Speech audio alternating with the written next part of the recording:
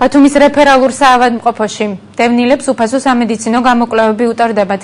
ქირურგები, თერაპევტები, კარდიოლოგები, ნევროლოგები, ენდოკრინოლოგები, ტრავმატოლოგები, პედიატრები მოსახლეობას მთელი დღის განმავლობაში მოემსახურებიან.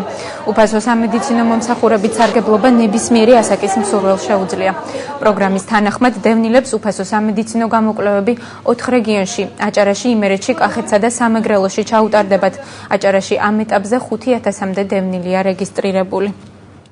ავარიის მერე დამერჩა ნერვოზი, მეც და ჩემს მეუღლეს, ახლა მე ორჯერ მოვხვდით კიდე ავარიაში და იგივე ანალოგიური პრობლემა მაქვს ნერვოზის ნერვული სისტემის დაზიანება მაქვს. მოგმართა დაახლოებით 50-მდე ტოლვა ამ ეტაპისთვის ყველას ჩაუტარდა პირველადი კონსულტაცია ოჯახის ექიმის და თერაპევტის, დაიგეგმა კვლევების საჭიროების მიხედვით და ყველანი მიიღებენ იმ სერვისებს, რაც დღეს მათ ესაჭიროებათ.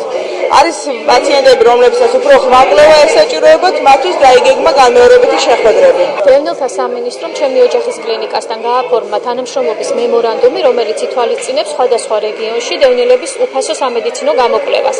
ეს გამოკვლევა ტარდება ბათუმში, აჭარაში მცხოვრები დევნილებისთვის, შემდეგ გაგრძელდება სამეგრელოში, იმერეთსა და კახეთის რეგიონში.